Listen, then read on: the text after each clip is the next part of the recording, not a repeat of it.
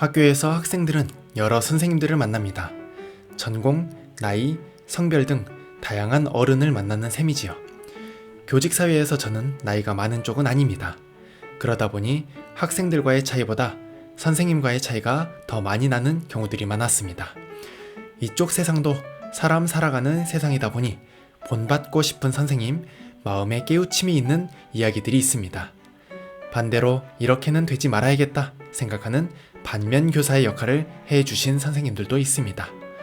저도 누군가의 후배 교사이면서 선배 교사가 되는 위치에 있다 보니 학생들에게 최선을 다하는 것 이외에도 교직사회에서 어떤 모습으로 존재해야 할지에 대한 고민이 있습니다.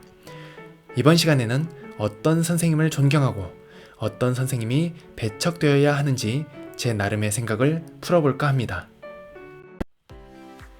교직 생활을 처음 시작하면서 만난 부장 선생님에 대한 이야기로 시작하겠습니다.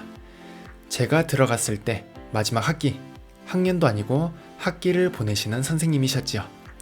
그러다 보니 거의 아버지뻘 되는 연배이셔서 굉장히 조심스럽게 모셨던 기억이 있습니다. 그렇다고 깐깐하거나 괴팍한 성격을 가진 분은 아니셨지요. 저는 그때 담임이었고 선생님은 특별실, 그러니까 과학실이나 정보실에만 주로 계시다 보니 자주 만나서 이야기할 기회는 그리 많지 않았습니다. 담임뿐만 아니라 정보부 업무도 했었는데요. 그때 부장 선생님도 마지막 학기를 남겨둔 상태이셨습니다. 살갑게 챙겨주진 않으셨지만 큰 업무를 마치고 나서 고기도 사주고 멀리 와서 고생한다고 말씀해 주시던 기억이 아직도 감사함으로 남아 있습니다. 내가 그 위치에서 그렇게 할 수 있을까라는 질문을 교직 들어오며 자주 해보는데요. 이유야 어쨌든 그 일을 할 수 없다면, 그리고 그러한 일을 누군가가 하고 있다면 저는 그 사람을 무조건 존경하기로 마음먹었답니다. 잘못된 것에 화내고 잘못된 일에 사과하고 어려운 관계를 풀어가려 노력하는 선생님들을 보았기에 이 정도라도 성장한 것이 아닌가 생각합니다. 만약에 저도 말년인데 처음 들어온 선생님에게 밥 먹자고 선뜻 말하기는 쉽지 않았을 것이란 말입니다.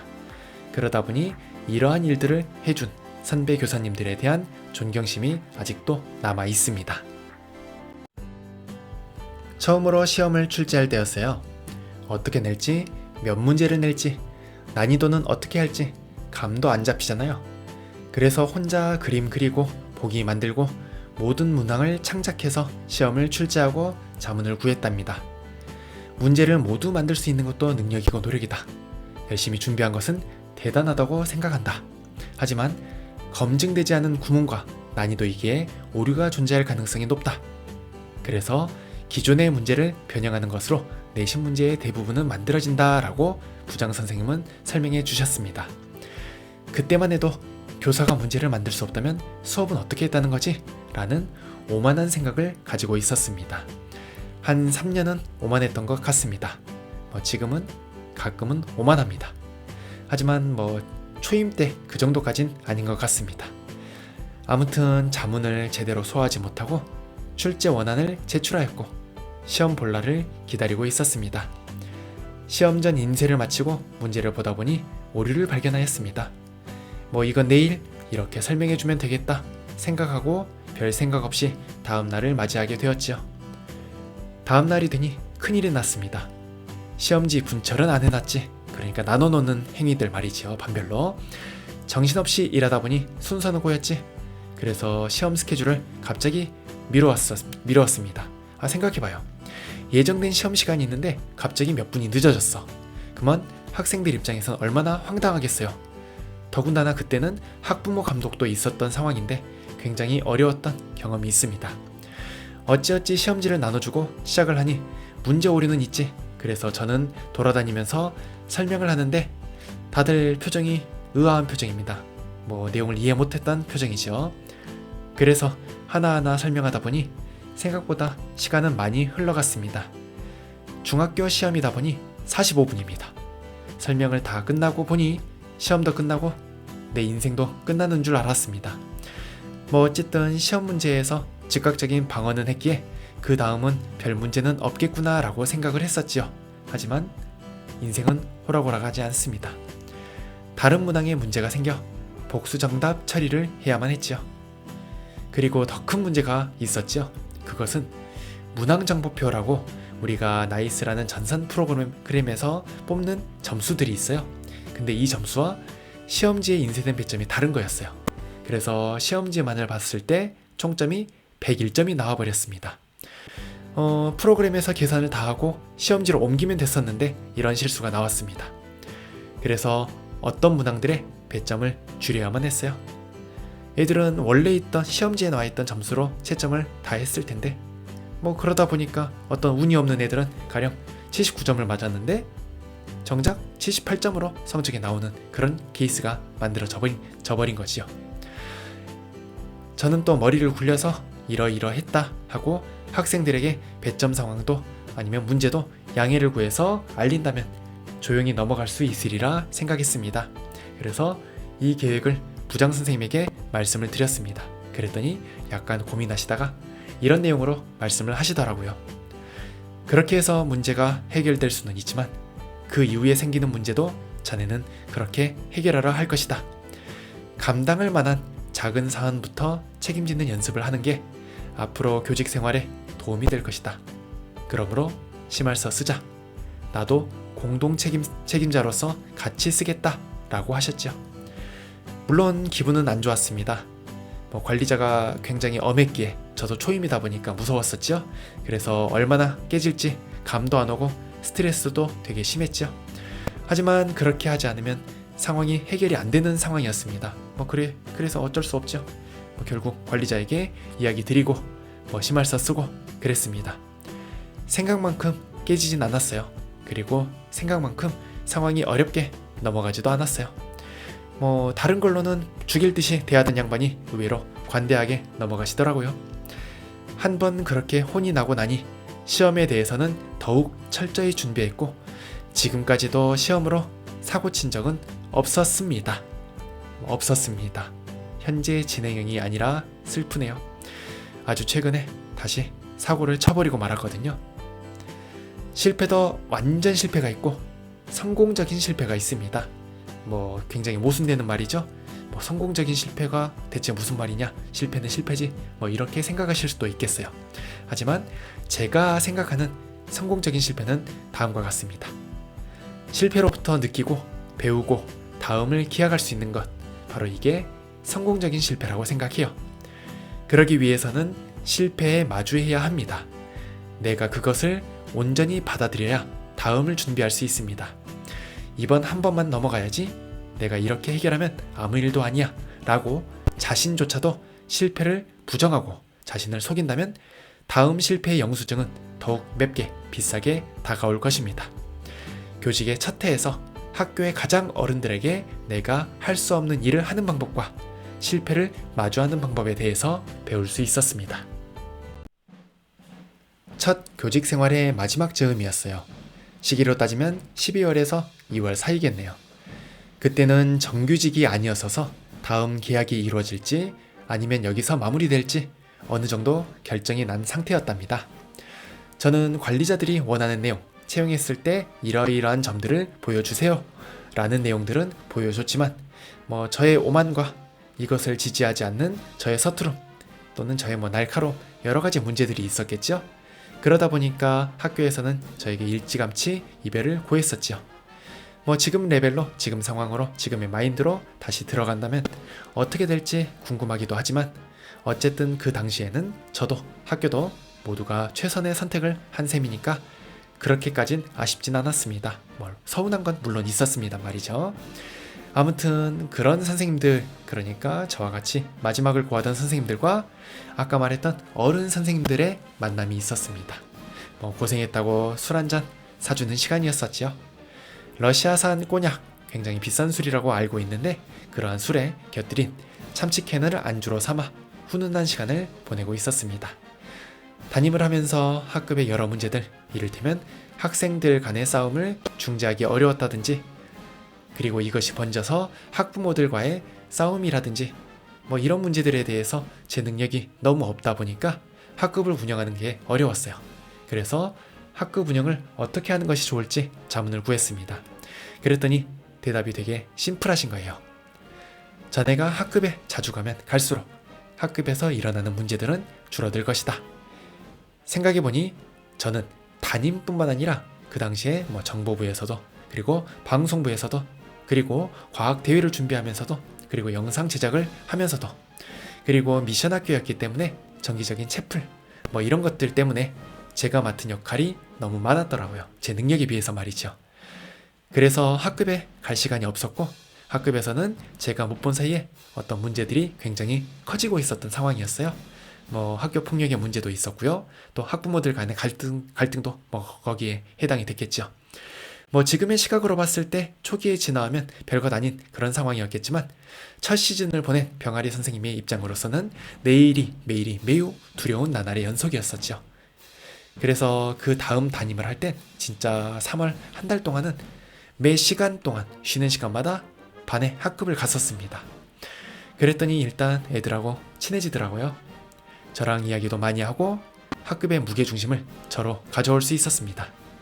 애들이 다 나를 바라보는 상황이 되니 학생들 간 갈등도 엄청 줄어들더라고요. 3월에 미친놈처럼 학급을 가야 이게 끌어가지는구나 라는 생각을 했습니다. 고등학교에서도 비슷하다고 생각해요. 지금이야 이동 수업으로 애들이 옮겨 다니겠지만, 그래도 학급에 많이 가면 갈수록 텍스트로 전달하지 못하는 눈빛, 기운, 상황 이런 것들을 느끼면서 또 전달할 수도 있거든요. 그래서 담임으로서의 의지가 있을 땐 3월에는 학급에 자주 가곤 한답니다. 만약 내가 여러분들의 담임인데 학급에 별로 없다, 그러면 두 가지예요. 학급이 매우 잘 돌아간다든지, 아니면 내가 학급에 관심이 없다든지, 둘 중 하나일 거예요. 아마 전자였으면 하는 바람이 있습니다. 추가로 이런 이야기도 해주셨어요. 저는 지역대회에서 또 전국대회까지 나가서 입상을 해서 학교에 현수막까지 걸었는데 이렇게 버림받는 기분이 되게 섭섭하다, 그렇게 말씀을 드렸지요. 그랬더니 그 마음은 이해하지만 자네를 붙잡지 않는 이유를 빨리 파악할수록 자네에게 도움이 될 것이다 라고 말씀하셨습니다. 열심히 했다는 것을 보지 말고 누군가가 나를 잡을 만한 가치가 있는지를 판단하라는 의미였겠죠. 가치가 없는 또는 없어진 사람에게는 아무렇게나 대합니다. 관심이 없다라고 보는 게 조금 더 정확하겠죠. 반대로 가치 있는 또는 쓸만한 사람에게는 빠르게 대합니다. 귀하게 대하지는 않는 것 같습니다. 저도 겪어보니 그렇더라고요. 저도 어느 상황에서 쓰임이 있었을 땐 저에게 빠르게 다가오셨었지 귀하게 대하는 느낌은 별로 받지 못했었습니다. 어쨌든 쓸모가 있다는 말이니까요. 연말이 되면 인사 시즌입니다. 내가 어느 학교로 어느 부서로 갈지 불확실한 상태에서 하마평이 돌곤 하지요. 이때 이야기가 나온다면 나름의 협상을 하면 되고, 이야기가 나오지 않는다면 그 조직을 떠나는 게 맞다고 생각합니다. 다들 그렇잖아요. 자신의 가치를 인정해주는 곳에서 일하고 싶다는 거. 그건 모두들 똑같은 마음일 거라 생각을 합니다. 밖에서 보기에 학교 생활은 지루합니다. 매달 비슷한 행사가 있고 비슷한 연령의 학생들을 가르치며 비슷한 교과 활동을 진행하기 때문이지요. 하지만 우리는 로봇이 아니기에 데이터들이 쌓여가고, 처음에는 yes or no로 진행할 수 있었던 것도 점점 그 사이의 답을 요구하게 됩니다. 당시에는 최선이 지금은 아닐 수도 있고, 그때의 열정이 지금에서 볼 때는 독이었음을 인정해야 할 때도 있습니다. 경험이 쌓이면서 과거의 교직 활동을 다시 해석하게 되고, 이를 통해 새로운 교육을 꾸며갈 수 있습니다. 그리고 새로운 교육을 위한 다음 스텝은 지난 날들이 길면 길수록 더욱 무거워짐을 느낍니다. 그래서 경력이 쌓일수록 어려워지는 게 교직이 아닐까 싶습니다. 알면 알수록 해야 할 것도 해주고 싶은 것도 늘어납니다. 열정은 사라지고 학교 내에서의 위치는 공고해집니다. 공고해진다는 것은 학생들과의 소통이 어려워진다는 말이고, 이것이 벽으로 작용할 수도 있습니다. 능력은 높아지지만 전달할 기회는 줄어들기에 좋은 선생님이 되는 것도, 좋은 선생님으로 남는 것도 점점 어려워집니다. 결국 학교에서 보내는 시간은 한정되어 있기에 선택해야 합니다. 학생들에게 좋은 선생님으로 남는가, 아니면 선생님들에게 좋은 선생님으로 남는가. 대부분은 후자의 경우가 많습니다. 교사 세계가 좁기 때문에 평판이 금방 퍼집니다. 어디 선생이 성격이 이상하다더라 라는 이야기는 더더욱 빨리 퍼지지요. 그래서 좋은 관계를 유지해야 합니다. 선생님들에게 말이죠. 그러면 학생들은 뒷전이 되기 쉽습니다. 그래서 선생님들에게 좋은 선생님은 학생들에게 그렇지 않은 경우들이 많습니다. 만약 둘 다 가능하다면 그분이 학교의 리더가 되어야 된다고 생각합니다. 저는 그런 사람은 아니라는 생각을 합니다. 아직까지는 말이죠. 하지만 교사는 결국 수업하는 사람이고 학생의 성장을 이끌어야 하는 사람입니다. 직업인으로서 만족도는 있겠으나 학생들의 외면을 받는다면 교사가 어떤 의미가 있을까요? 학생들 앞에 교사가 설 자리가 없다면 학교를 옮기거나 은퇴해야겠죠. 이 문제는 치열하게 살고 있는 것과는 다른 문제입니다. 정말로 훌륭하신 선생님들도 학생들의 미움을 사는 경우가 꽤 많죠. 오히려 대부분일 것입니다. 규정을 알리고 지켜야 하는 위치이기 때문에 학생들과의 좋은 관계만 지향한다면 학생들의 의견에 끌려가고 말 것입니다. 상황에 따라 규칙이 흔들린다면 이게 되네? 라는 입장으로 학생들은 선생님을 흔들 것입니다. 어쩌면 우리만큼, 아니 우리보다 똑똑한 게 지금 아이들입니다. 무지몽매한 너희들을 내가 계몽시키러 왔다 하는 썩은 자세로 들어갔다면 아마 많이 혼날 겁니다. 아무 저항 없이 냇물이 흐른다면 그보다 심심한 시냇가는 없을 것입니다. 생명체의 소리도 나고 물소리도 나고 물보라도 나고 그래야 역동성이 있는 자연의 모습이겠지요. 그러기 위해서는 물의 흐름 사이사이에 돌들이 필요합니다. 물이 돌을 피해가며 거품도 일고 소리도 나거든요. 그리고 소용돌이도 치며 돌들을 옮기고 다른 지형을 만들기도 합니다.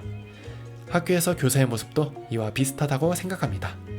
물살에 쓸려가 버리는 교사는 별 의미가 없을 거예요. 중심을 잡고 물보라도 일으키고 소리도 나게 해야 역동적인 생태계를 만들 수 있죠. 그러한 어려움이 스트레스가 아이들을 성장시킬 것이라 확신합니다. 전에 영상에서도 역류라는 용어로 이를 설명한 적이 있어요. 빛이 있으면 그림자도 있듯 좋아하는 사람이 있으면 싫어하는 사람도 있어야 합니다. 신도 안티가 있는데 미약한 존재인 우리를 모든 사람이 좋아해야 한다면 그 또한 환상일 거예요. 어쩌면 일부에게 또는 전부의 학생들에게 미움을 받더라도 우리의 교직관을 가지고 학교라는 공동체의 가치를 위해 교단에 서 있을 수 있는 용기를 갖춰야 한다고 생각합니다. 이야기를 풀다 보니 지금까지 지내왔던 선생님들을 생각하게 됩니다. 거의 특정 인물들을 떠올리게 되어 짧은 교직 생활을 되돌아볼 수 있는 기회였습니다. 좋은 영향을 주신 선생님들의 대부분은 교직 초임 때가 더 많았던 것 같아요. 새로움에 치열하게 배우고자 노력했기 때문일 거라 생각해요. 지금은 그렇게 생각나지 않는 걸 보면 선생님들을 내가 잘 관찰하지 못했구나 라는 생각도 듭니다. 후배 선생님들에게도 많은 걸 배우기 위해 더 많이 보고 더 많이 이야기 나누도록 노력하겠습니다. 다음에는 반면교사에 대해 이야기해 볼게요. 이 선생, 님자도 붙이기 싫네요. 이 양반들의 어떤 면을 배워서는 안 되는지, 그리고 나는 그렇게 살지 않기 위해 어떤 노력을 해야 되는지 저 스스로를 반성하면서 담금질하는 내용이 되지 않을까 생각합니다. 오늘도 들어주셔서 정말 감사드립니다.